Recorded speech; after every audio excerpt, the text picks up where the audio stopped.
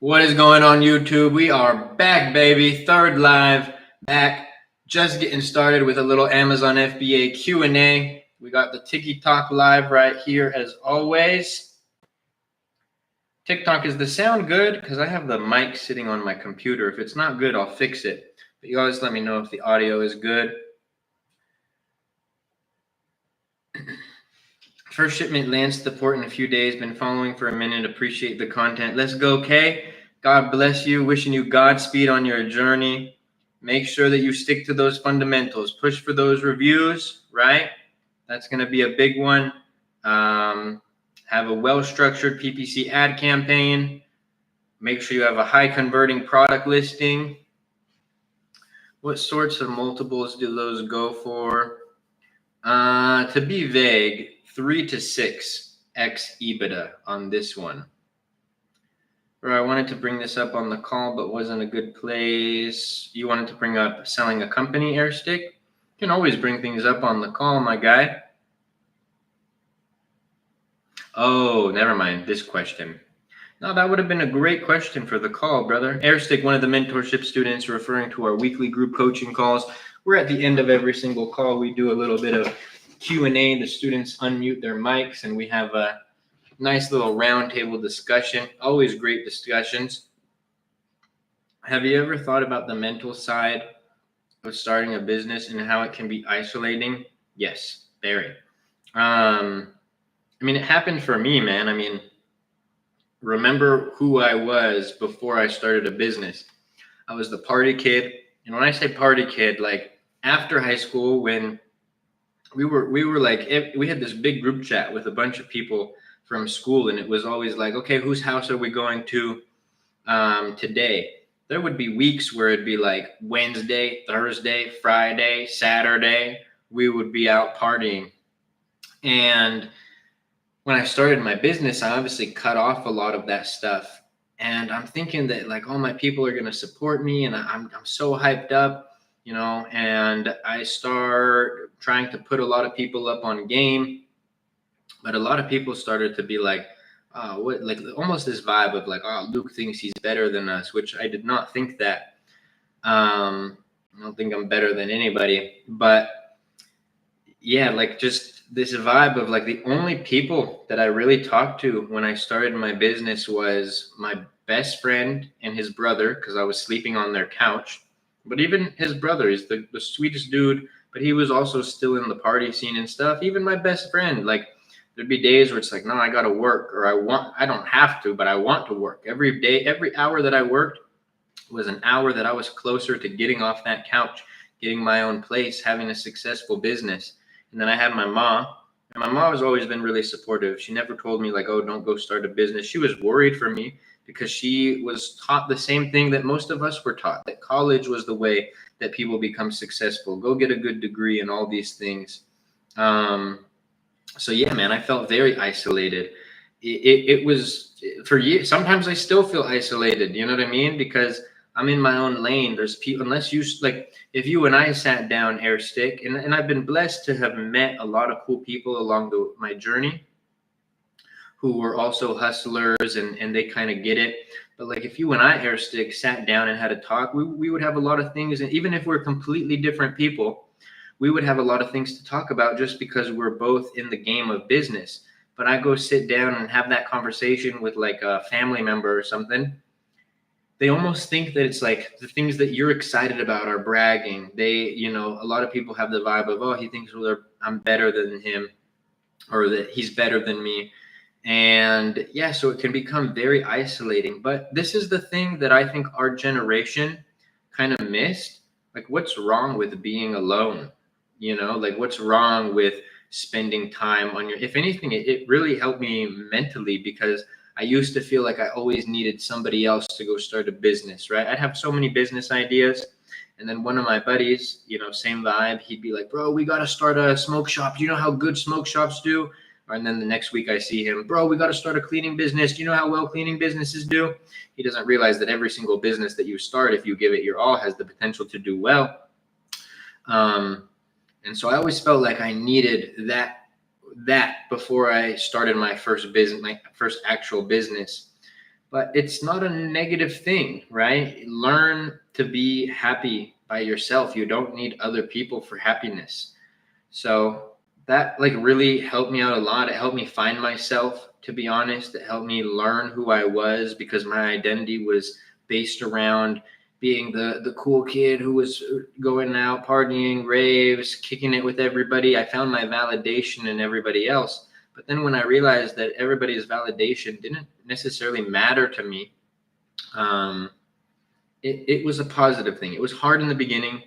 You're like, man, like, I want to hang out with people, this or that.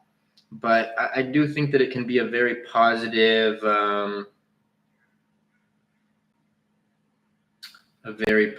thing.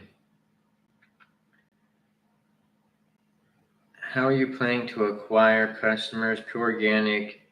Wait, did I miss something? Oh yeah, I did. Sorry. What's a good ROAS and ACOS when you first launch? I go based on tacos, bruh. So a good tacos is like 15% or under. Tacos is total advertising cost of sale, and that's the total amount that you're spending on ads relative to your total sales. That's going to show you your true profitability. Can you go over strategies to get reviews besides Vine program? There's the request a review tool. Helium 10 and Jungle Scout both have this. So on Amazon, if you guys ever go to your orders page and you click on it, or go to the orders page, you're going to see a little button on the side. This is native to Amazon, and it says request a review. Now, as you start to get a bunch of orders, you're not going to manually go click request a review, request a review, request a review, request a review. So Jungle Scout and Helium 10 have tools where this will just do mass requesting of reviews. So that helps increase your review rate a decent bit. And then another way would be allegedly friends and family. It's just like Amazon doesn't have a list of who your friends and family are, allegedly. And so going through and having people search for the keyword of your product, scrolling through Amazon, finding your product, buying it, and then later leaving a review, you just wouldn't want to have anybody who lives under your same household or Wi-Fi do that.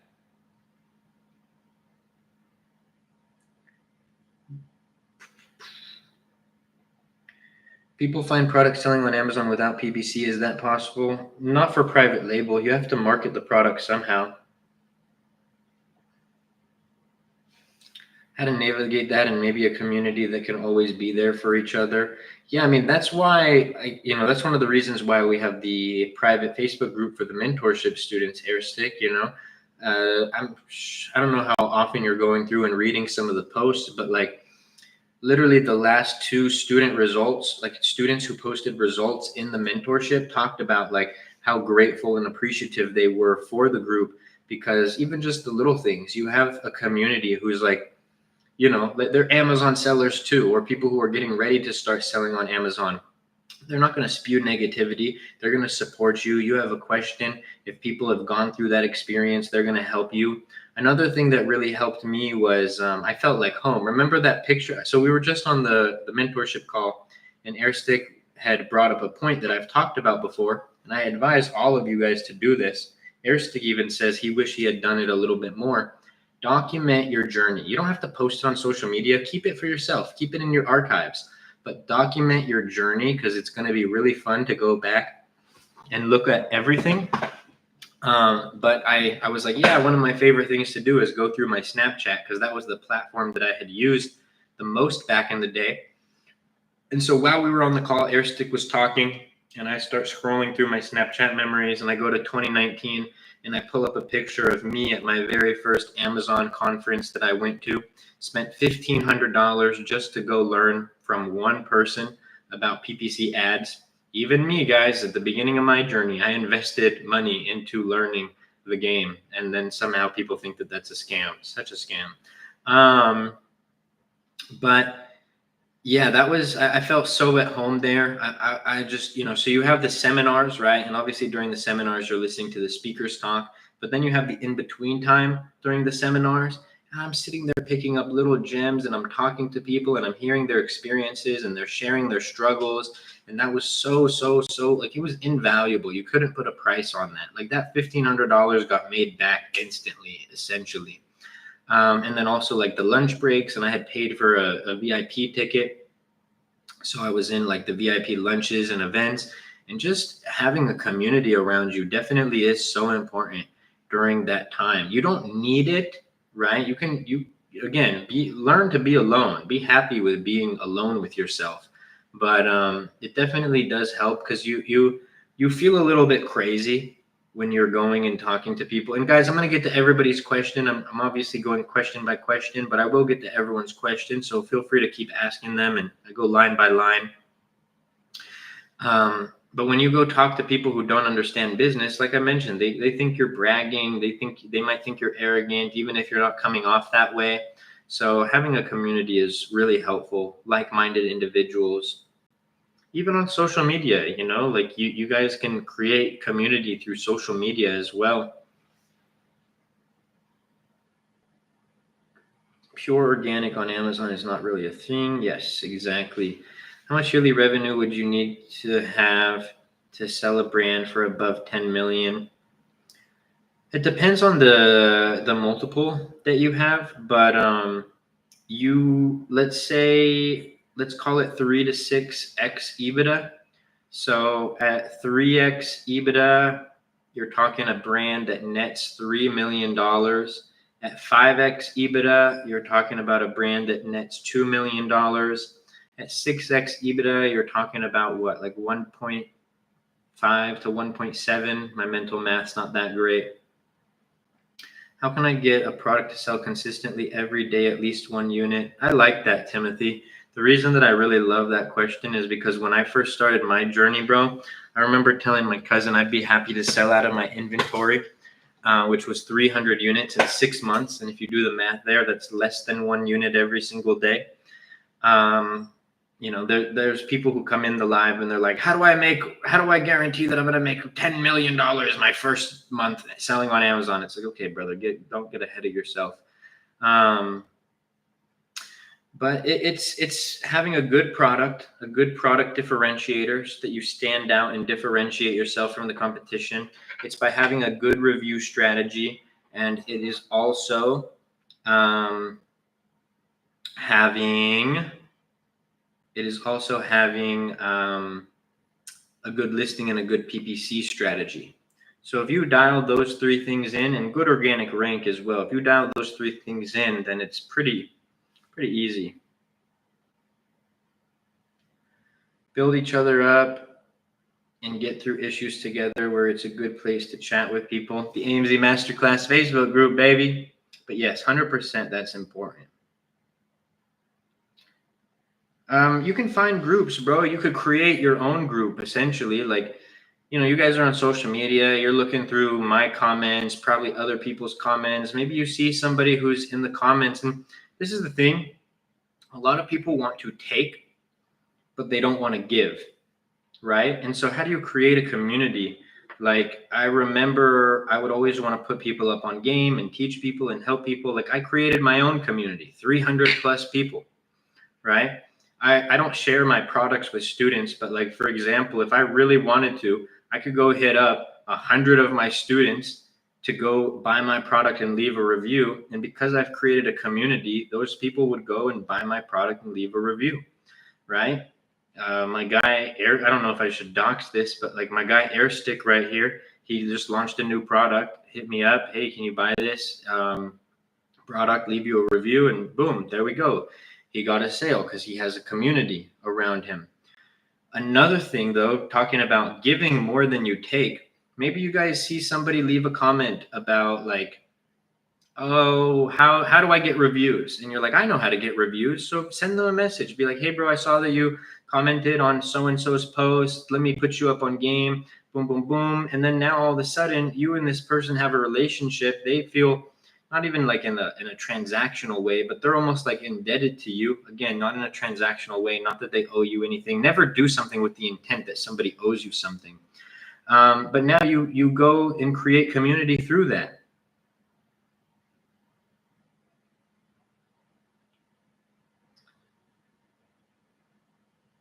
Just got account violation for customer review policy saying that I bribed a customer for reviews. Any thoughts? Well, what did you do, Ethan? Did you offer a coupon to a customer in exchange for a 5-star review? Did you ask a customer to change your review? There's a few things that can trigger this. Not sure what platform would work best. Social media, I think, would be really good. Social media or in-person conferences.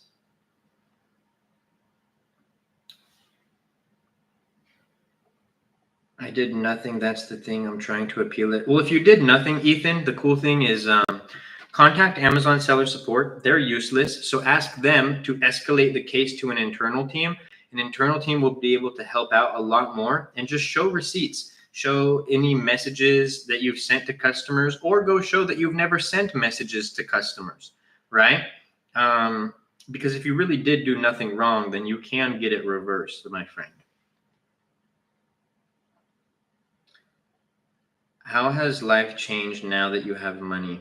I don't need to stress about money. And that was the biggest reason why I wanted money. I saw my mom as a single mom struggle. And she never showed that she was struggling. But then as I got older, I realized how much she did struggle. And there was some certain events throughout my life where I just remember thinking, like, I never want to see my mom go through that, right? And she was a single mom, and I would see some of my friends get $20 every day from their parents to go out and this or that, and I didn't necessarily get that. My mom gave me everything, so I'm not complaining, but I didn't necessarily have that. And I would think, like, oh, why is this the case? Not realizing, like, how hard life as a single mother raising a kid is and how expensive that can be. I still don't know to this day how she did it. But the biggest way that it's impacted me is giving me the freedom to actually live life. I knew from an early age when I was in high school, like, I always wanted to be rich. I didn't know how I was going to get rich, but I didn't want to stress about bills. I was sleeping on my best friend's couch when I first started. I didn't have a car when I first started.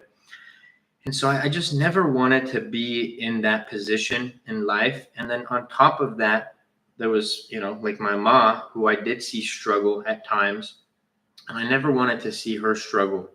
And so, having money has allowed me to actually live. I didn't believe that we were destined to work 40-hour weeks at a job that a lot of people don't even like their job, and just to live paycheck to paycheck. I think there's a statistic that 60% of Americans live paycheck to paycheck. Another statistic that 60+% of Americans, if there was a $300 expense that just came up that was out of their norm, that they wouldn't be able to pay it. So kind of breaking free from that, and then also being able to support my family and help them in any way that I possibly can. Like my mom's good. If she ever needs money, if she ever needs anything, it's all her. She can have it all. And then also the time freedom. I get to experience life. I'm not saying that people who work a 9 to 5 can't travel or anything like that. Of course they can. But like I can go. I just spent a month in Tonga and New Zealand, and my business was still operating. I just almost like a slave to the system. I never wanted to be that, because I'm religious. I believe in God, Christian. And I didn't, it just didn't make sense. Like, God wants you to work hard. It says that in the Bible. But I didn't believe that God wanted me to work 40 hours a week and not experience this life that he gave us. Because I know there's two sides of it. It's like a double-edged sword. You have time, right? Whether you're 30 or 40 or 20, like, you have time. You have a lot of time in life. But when we think of life in the broad scale of things, like eternity, the start of time to now, our life is a blip. And I just don't believe that blip was meant to be working and stressing over money. I've always, as I got older, when I was younger, I was the kid who wanted the diamond chains and I wanted to flex on everybody. But that was more so because of my insecurities. As a youngster, I wanted to prove everybody who doubted me wrong. But as I got older and a little bit more mature, I started to realize that money is useless. Like, burn it all, take it all. When I pass, I'm not taking it with me. But it is a tool, right? There's the expression that money doesn't buy happiness, and I do honestly agree with that, but neither does poverty. Does poverty bring happiness? Does stressing about bills bring happiness? One of the biggest causes of causes of divorce in marriage is money. It's probably the biggest reason, I think, statistically. And so not having to worry about that aspect in life, there's already enough problems in life, right? People going through hardships, go travel to that's why I recommend everybody to travel to a third world country. It'll really give you some perspective on life. The worst thing that's ever happened to you is still the worst thing that's ever happened to you, but our problems are small compared to other people's. You're like, oh man, how did this guy cut me off in a red light? And then you have people who it's like they don't even have money for food, and your problems don't fix their problems and vice versa. Like, it's not a comparison like that, but just the perspective of it. Money is a tool. I'm able to help other people. I'm able to help myself. I'm able to provide for my family. I'm able to help the less fortunate. That's why like the car thing is doesn't make sense to me, right? So I give you guys a quick little, let me pull out the calculator here, give you guys like a little breakdown. And I always think like this. So like $300,000, right? That's how much a car is. Let's use the total. Okay. $300,000. I get a car that go get a supercar. That supercar is going to get me to from point A to point B the same way that like a Honda Civic would. All right. So let's divide that by 1,000. Actually, no, let's divide it by 750. So I'm going to tell you guys why 750 in a second. So let's divide 300,000 by 750. That's 400. What is the 750? $750 is enough money to give a child in Africa, for example, 2 meals a day, education, take them out of the slums, give them an opportunity in life to learn a skill so that they don't have to go into trafficking, right? Which is a real thing. And then it's like, oh man, like money, like why do I need all of these flashy things? It doesn't enhance my life. It doesn't make me any happier. If you're a car person, then sure, it makes you happier. But yeah, man, just leaving an impact on the world, trying to be the light in the world and the change in the world that you want to see. Would you help a brother out from Palestine? I'll help anybody out, brother. That's why we're doing this live. Comedy, thank you so much for the follow. Appreciate you and everybody in the live.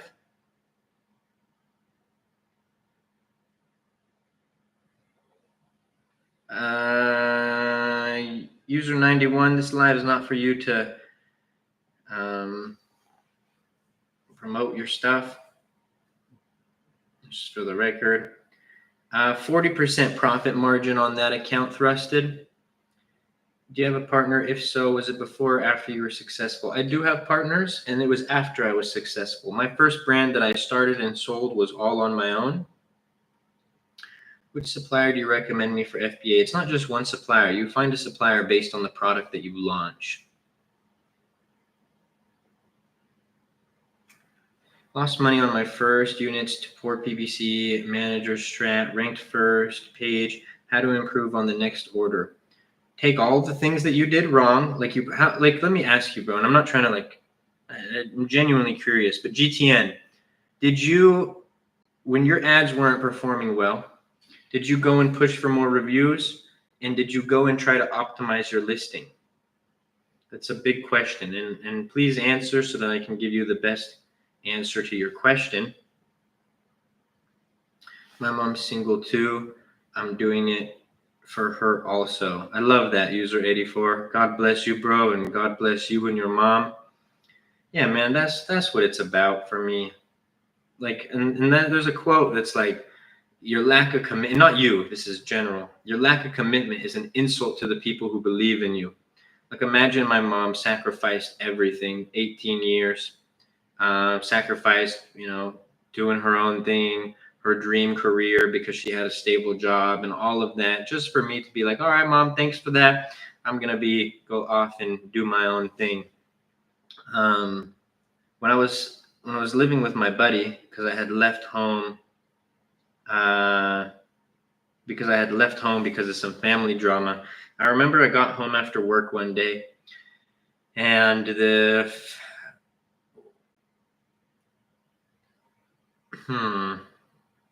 should I share? I got permission to share this story. I honestly wanted to,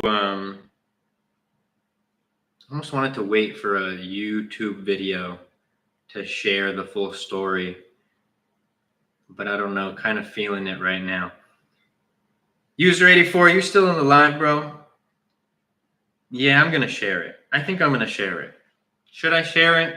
Do you guys think I should, for the first time ever, share the story of why I left home when I was 18? I've never shared it. Literally never. What do we think? Up to you. It's a deep conversation. It's not that I don't want to. It's just mainly like I actually don't know. I actually don't know why I've never shared it, but it's like a pretty heavy story. Maybe we save it. Maybe we save it for another day. But I leave home because of some family drama. It had nothing to do with my mom. I actually grew up in a Middle Eastern household, so it was my grandparents' house, but it was a really big house. And so there was my grandparents, my grandpa passed when I was in 3rd grade. So it was my grandma, my 2 uncles, and my mom. And I had left home because of a very big conflict with one of my uncles. That sounds too surface level. You're like, a conflict? You get in a little argument, guy? No, it was deeper than that. But I had left home because of some family drama. And for me, it's easy. Okay, I leave, I'm gone. But my mom couldn't just leave as easy as I did. And I remember like my mom sharing with me some drama that was going on at the house. And I was sitting in the parking lot after work in my best friend's apartment complex one day. And it was a very emotional moment. I told my mom, and this is before, like, I had found a little bit of success at this point, but I wasn't able to, like, get my own apartment yet. Like, I wasn't there yet.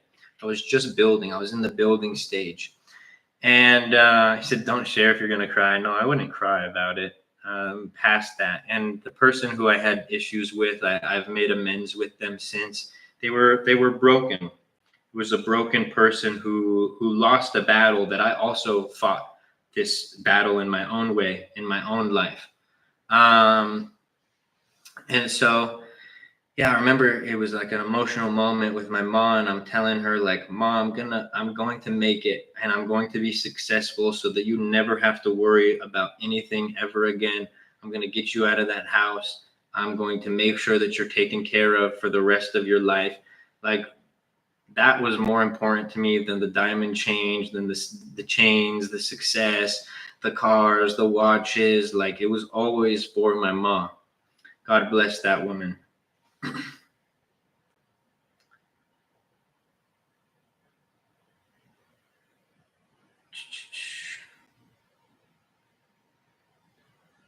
Is it smart to go straight to wholesale if you have the capital? I would do private label. It's the better business model, bro.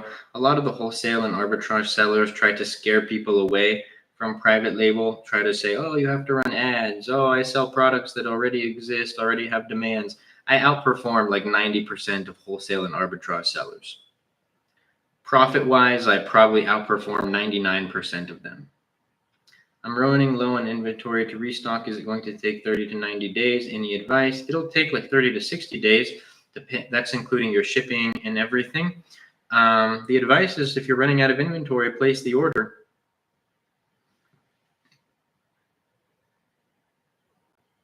The ads were managed by an agency. I had not optimized my listing after launch. That's the problem, bro. Amazon isn't this thing where you set it and forget it. You have to optimize your listing. You have to push for more reviews. It's not enough to just, boom, I launched a product on Amazon and now I'm going to hand it over to an agency who doesn't have my best interest in mind to run my PPC ads. What's your mentorship charge? $3K. You got a chick pregnant. No, that wasn't it.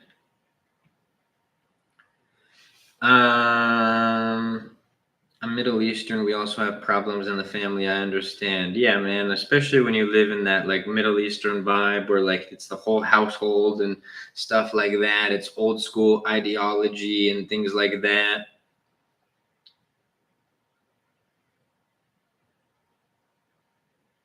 Happened to me the day before yesterday. Wait, what happened to you? Ever launched a failed product? Yeah, I've had a few. If you wanted me to choose your product for you, bruh, that's the 5K option. The 3K is for the one-on-one mentorship, access to me, access to the AMZ Masterclass freight forwarder, access to the inspection company, access to the weekly group coaching calls, access to the private Facebook group. You have, again, direct access to message me and a lot more. A few other tools that we're building out right now. I just announced it to my mentorship students privately on our call today. Every single one of them was super, super excited about the announcement, which that'll be launched in a couple weeks, God willing. Just paid the invoice yesterday, had the onboarding call today, got some accounts set up that I needed to get done. So I will announce that soon. I'm not announcing it yet because when I tell you the live is frozen, are we good?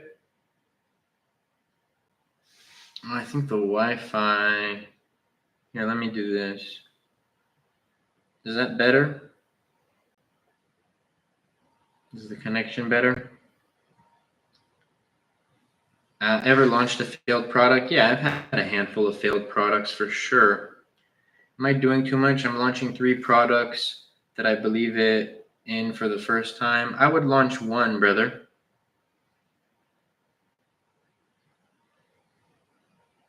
Here. I don't know why. You just let me know. Is that better? Is that better? I saw a couple people say it's bad. Connection better now? Cool. Cool. But yeah, I would launch one product at a time as a beginner, Jack. You guys want to there's no guarantees that you won't fail in business, but there's things that you can do to mitigate your failure rate. And so you're going to learn from your mistakes on your first product launch. If you launch 3 at a time, that's almost like 3 products or your first product launch. But bro, what I was saying is it's the 5K option.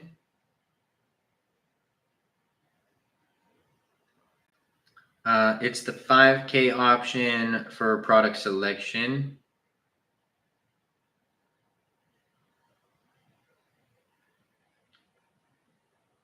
Best place to look for products. Well, you do product research on Amazon, and then you look for manufacturers for those products on Alibaba.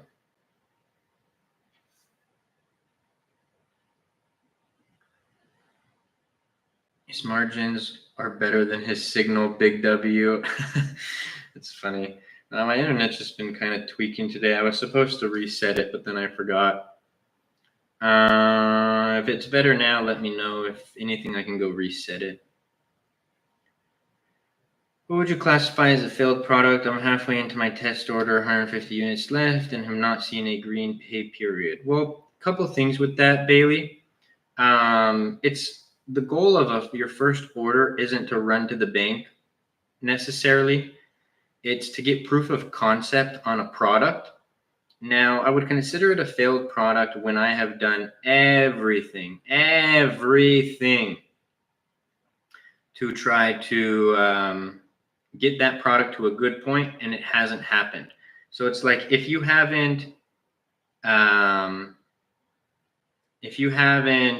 optimized your main image multiple times, like I've just showed on our mentorship call. Let me see if I can show it for you guys here. Hold on. Without doxing anything. No, I can't. There's too much information. Hold on, let me see. I want to try to show you. Anyways, just today I got 3 new versions of my main image from my graphic designer. So I'm constantly changing my main image. I'm constantly optimizing my title. I'm constantly pushing for more reviews. I'm constantly dialing in my PPC ads. Like if you've done all of those things and you're losing a significant amount of money, then it's probably a failed product. But if you're breaking even and you have a path to profitability, then I would say that it's not a failed product. You just have to dial it in more. Like if you have, let's say, 10 reviews or 15 reviews or 20 reviews and you haven't pushed for more reviews, then you have to put in a lot more effort than that. We just had a lesson for the mentorship students called 10xing your Amazon business part 2. Let me read you guys part of this. I need to find the exact part. I'll read you guys part of our lesson today.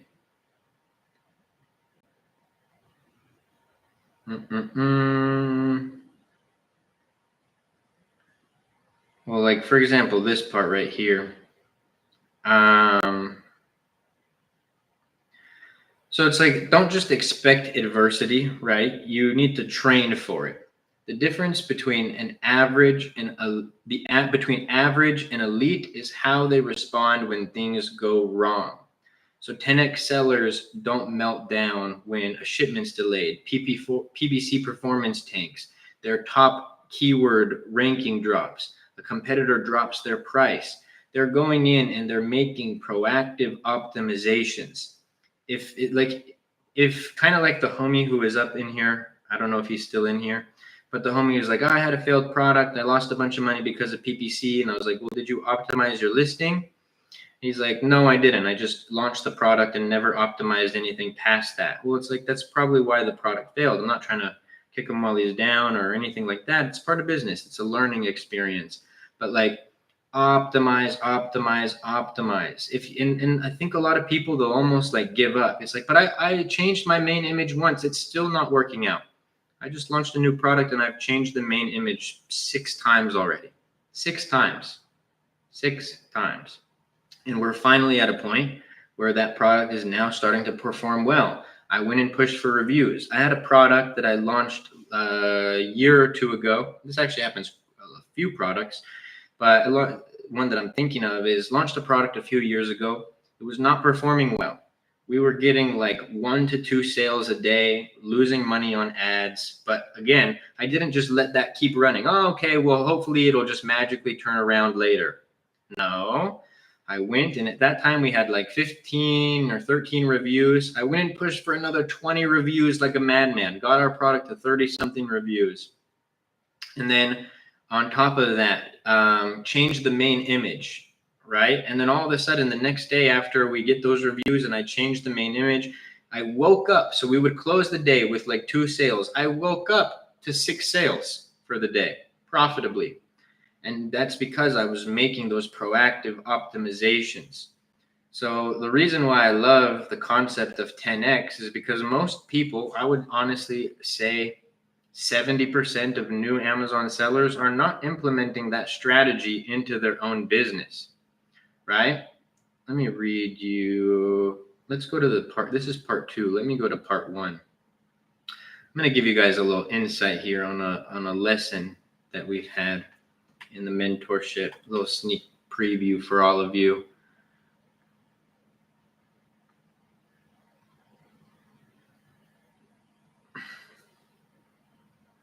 User 91, I don't want to mute you, brother, but if you're going to keep soliciting your product, I'm going to mute you.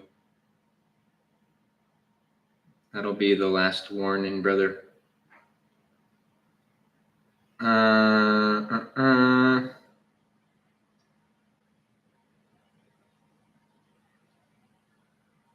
So first, I'm going to read you guys this quote. What CTR are you aiming for? On the high end, I consider 0.5 is considered baseline. I'm at 1 point. You're at a great CTR, but also conversion, Bailey. That's going to be something key. So let me read you guys this scenario. Okay. I have to find it.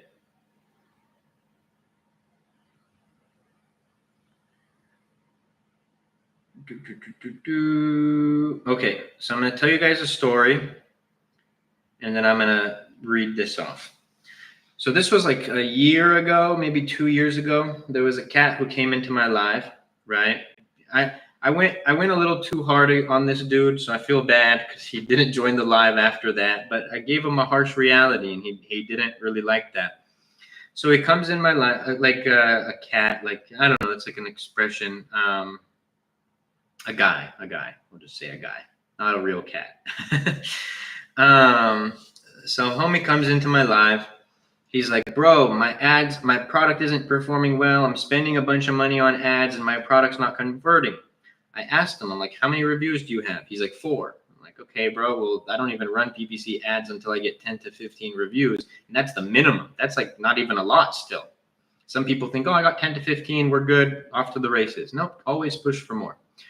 So I told him, hey, bro, you need to go and push for more reviews. He's like, okay, bet. Like literally a day or two later, no, a few days later, he comes back in the live. He's like, bro, my ads are still not converting. My product's not doing good. I'm spending a bunch of money on PPC. I'm like, oh man, did you go and push for more reviews, brother? He's like, no, I'm still at 4. I'm like, well, okay, so you haven't done anything. You're just assuming that the performance is going to automatically change. Few days or maybe a week later, he comes back into the live. I tell him again, bro, you have to make optimizations to your listing. I actually told him, don't even start with the listing. You have 4 reviews. Push for more reviews first. Comes back in the live a week later. He's like, I'm going to liquidate my Amazon product. I'm done with Amazon. I'm like, brother, did you go and push for more reviews or make any optimizations? He's like, no, still at 4 reviews. And I went hard. I like went on a whole rant. I'm like, of course you're gonna fail, bro. And let me read this quote again for you guys. You have to take, I don't think I actually read it. You have to take it to another level to get to the next level. This guy did not take it to the next level. So I'll read you guys this. What were some of the potential reasons this person didn't perform well? Maybe a bad product, didn't optimize his images, didn't get more reviews, didn't optimize the listing, and didn't take a massive action. But then he wanted massive results, but then he was complaining. And I'm not speaking to you, Bailey. This is obviously like somebody else. But hopefully this will inspire you or anybody else who was in this position. He wanted massive results, but didn't take a massive action, right?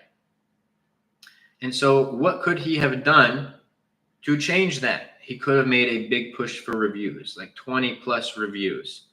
He also could have optimized his main image. Like I said, I just got 3 drafts of a main image for a product because I'm going to test one. If that doesn't do better, I'm going to test the other. If that doesn't do better, I'm going to test the other, and we're going to keep going until it works. Like I do not stop until I can make a product work. And that's what I'm saying. Like, okay, maybe you do everything and it still doesn't work. So there's a method to the madness, you guys, even at the level that I'm at. What tools do you use? Like extensions, Helium 10. How are you, Luke? I am doing good. Hento, good to see you. Thoughts on Rob the Bank and what happened to Evil Goods? I don't have any like thoughts on the guy because I don't know him. I actually didn't even know that was his brand until people in my comments started telling me, because I did make a video about the Evil Goods brand. There's a difference between doing little gray area tricks like allegedly getting friends and family to leave you a review. And then there's the difference between like just doing malicious things and unethical things in business. I think if you do unethical things in business that you deserve to lose. Like I remember like I learned this early on. My cousins would talk to me, and this was before Amazon set systems in place where like your competitor can go onto your PPC ads, click, go back, click, go back, click, go back, click, go back. They could drain your budget in like 20 minutes. Amazon has made some systems in place for this now. I remember like this was happening to me because I was one of the top dogs. I was the best seller in my category. So people were trying to bring me down. I was telling my cousins, I was like, man, should I do this to fight off these competitors? Obviously, I didn't know which competitors were doing, but I was like, I'll do it to everybody. My cousins were like, nah, don't put energy towards negative and malicious things. You focus on winning. You do the things that will help you win, not the things that will destroy other people. I'll destroy my competition ethically by having a better listing, more reviews, better PPC ad strategy, siphoning sales from their page through PPC ads. And so that is my thoughts. Play silly games, win silly prizes. How long did it take you to normally make consistent profits after launch? 1 month. You do A/B testing on Amazon for main image? Yes. Both manual and Amazon's native version of it. What do you think of the option to make 360 image through Amazon for your listing? I think it's interesting. Test everything, guys. Business is all about testing. Test new strategies, test things like, Amazon 360, all of that. When new things pop up on the Amazon's platform, you test that as well. Oh my goodness. What CTR answered that? 1.28 CTR is great. Yeah, 100%. So now you just got to dial in conversion. You have a good conversion on your clicks to impressions. Now you got to get a good conversion from your clicks to your sales. How many reviews do you have, Bailey? Do you sell your brands on TikTok Shop? Yes. What up, player? Good to see you. What do you sell? I don't share the exact products that I sell.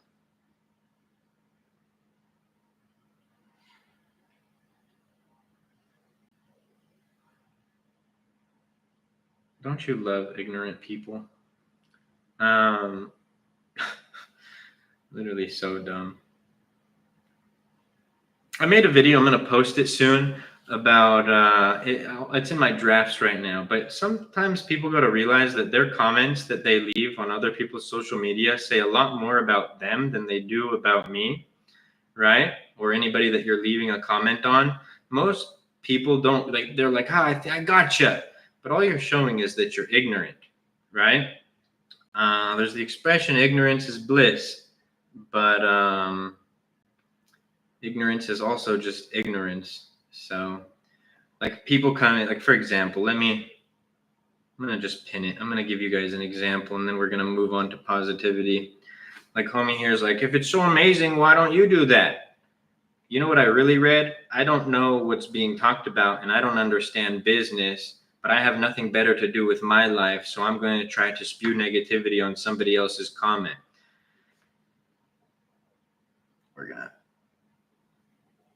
go ahead and mute and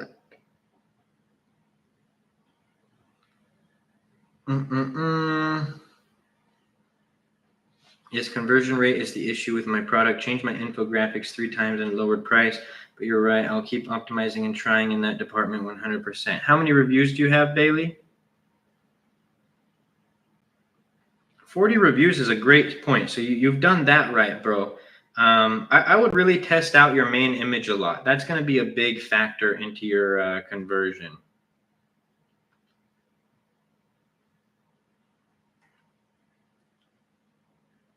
I saw a comment that I wanted to get to. Where'd it go? I missed it. Oh, yeah. I heard most private label sellers that are big use black hat tactics. No, I use some gray area tactics, but not black hat tactics. Like, I would say, allegedly, I don't do this. The one tactic that I allegedly would use that would be considered maybe gray area is friends and family reviews. But, like, we're not doing any other nonsense like that. Maybe it was because I was taught early on, like I said, like, don't focus on doing like these negative tactics when you can just focus on doing positive things for your own brand. So yeah, that's kind of how I stand and what I stand by. And you don't need to do black hat tactics if you know how to win, right? Do you teach TikTok strategies? In my mentorship, I do a little bit. We have a little section on TikTok Shop. What's a good differentiator for a household product? $30 to $40. It depends on the product. If we get to 5K likes and 60 shares, I'll show you guys live product differentiation. I'll let anybody, or we'll pick a product together, and then I'll show you guys exactly how I would differentiate that product. But good ones would be changing a design, adding a bonus item. And do you think this is a good niche? 30K search volume, average reviews 150, 20K average revenue. Sounds good, yeah. How do low reviewed sellers in the market perform, bruh? How much capital do I need for private label? I'd say at least 3K USD.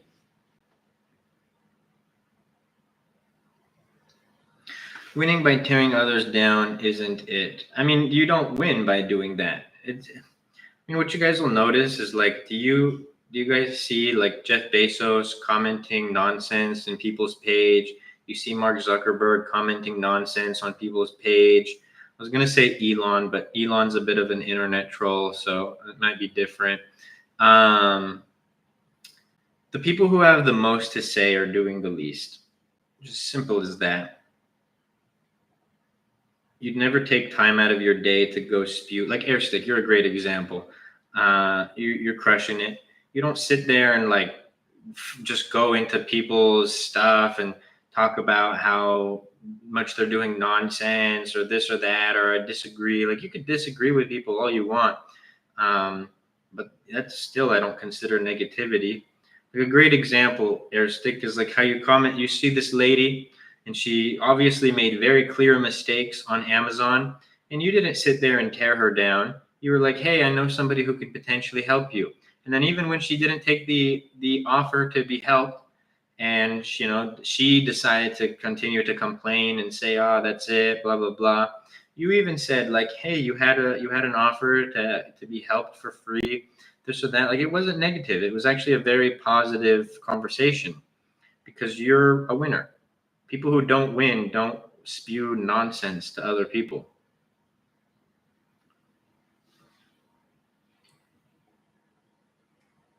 Starting to save up and want to join. It's 3K, user 65, and God willing, can't wait to see you in the program.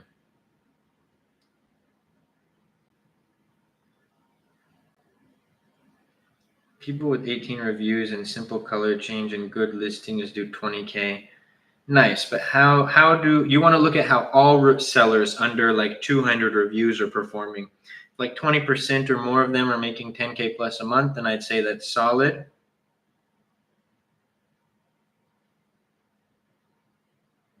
Stop, Alex. No, not 10 million. 3K USD, one-time payment, lifetime access. You're funny, Alex. All right, let's get to 6K likes. We got to get those 6K likes, and like the timers, we're already over an hour. Majority of people are doing 5 to 10K. Seems like a good market, especially if you can stand out and differentiate from your competition. We got to get those likes within the next 3 minutes. I have the timer out right now. If we get it, then we will do live differentiating.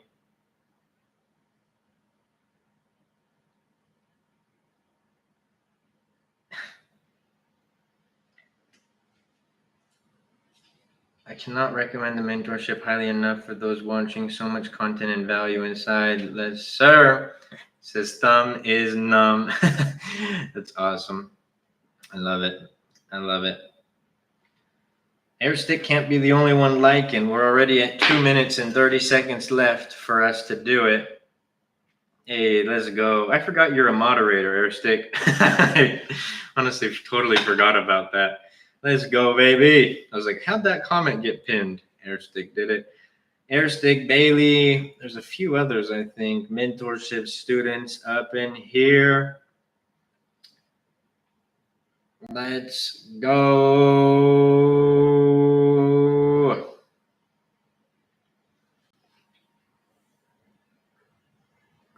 All right, TikTok. You guys stay right here. This doesn't have anything to do with you, but YouTube. I love y'all. Appreciate you. Make sure you guys go check out the AMZ Masterclass Mentorship in the bio, in the description. I'm going to sign off, and I will see y'all tomorrow.